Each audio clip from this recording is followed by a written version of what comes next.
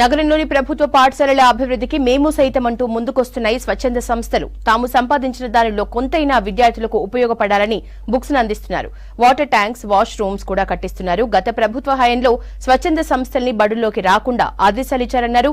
ఇప్పుడు కాంగ్రెస్ ప్రభుత్వం అండగా ఉండటంతో తమ వంతు సాయం చేస్తున్నామన్నారు స్వచ్ఛంద సంస్థల నిర్వాహకులు.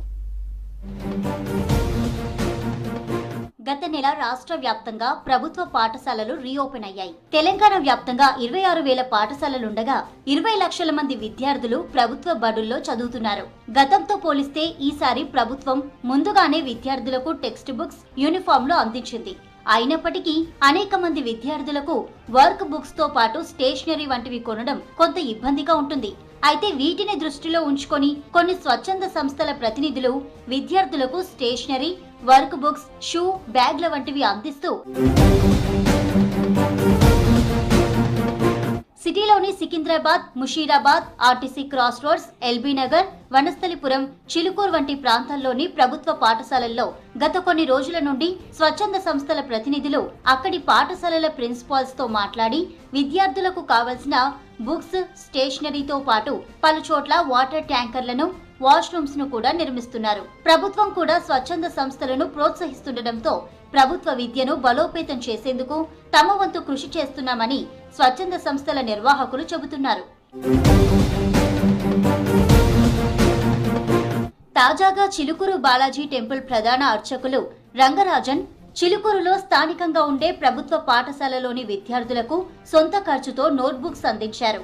వీటితో పాటు విద్యార్థులకు మరిన్ని సౌకర్యాలు కల్పిస్తామన్నారు అర్చకులు రంగరాజన్.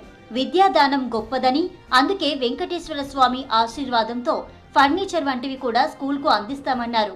మంచి చదువుకోవాలి, మీలో ఐపీఎస్లు కావాలి, ఐఏఎస్లు కావాలి, కలెక్టర్లు కావాలి, ఉన్నతమైన స్థానంలో మీరందరూ ఎదగాలని ఈ ప్రసాదాన్ని, చదువే ప్రసాదంగా విద్యాదానం చేసే ప్రయత్నంలోనే మా శిష్య బృందం, పవన్ కుమార్ వీరందరూ కలిసి మీ అందరికీ వాళ్ళ పంచాలని ఒక కార్యక్రమాన్ని చేపట్టాము. ఈ చిలుకూరు విద్యాలయానికి బాలాజీకి చాలా దగ్గర సంబంధం ఉంది. ఎప్పుడు ఏ అవసరం ఉన్నా కూడా స్వామివారి యొక్క ఆశీర్వాదంతో ఇక్కడ ఫర్నిచర్ అయితే కానీ ఏ అవసరమైనా కూడా స్వామివారి ఆశీర్వాదంగా మేము అందించడం జరుగుతుంటుంది. సికింద్రాబాద్ లోని సీతమ్మ బడిలో జేఎన్టీయూ పూర్వ విద్యార్థి హరిత ఫౌండేషన్ వ్యవస్థాపకులు ఫణిరాజ్ కూడా విద్యార్థులకు బుక్స్ ఇవ్వడంతో పాటు సూర్యాపేటలోని పలు పాఠశాలల్లో విద్యార్థులకు తాగునీటి సదుపాయం కోసం స్కూళ్లలో ప్రత్యేక వాటర్ ట్యాంకర్లను ఏర్పాటు చేశారు.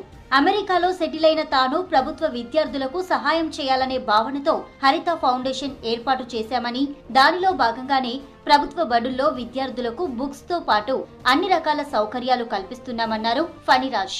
ఇక్కడ పిల్లలు చాలా బాగున్నారు, బాగా చదువుతున్నారు.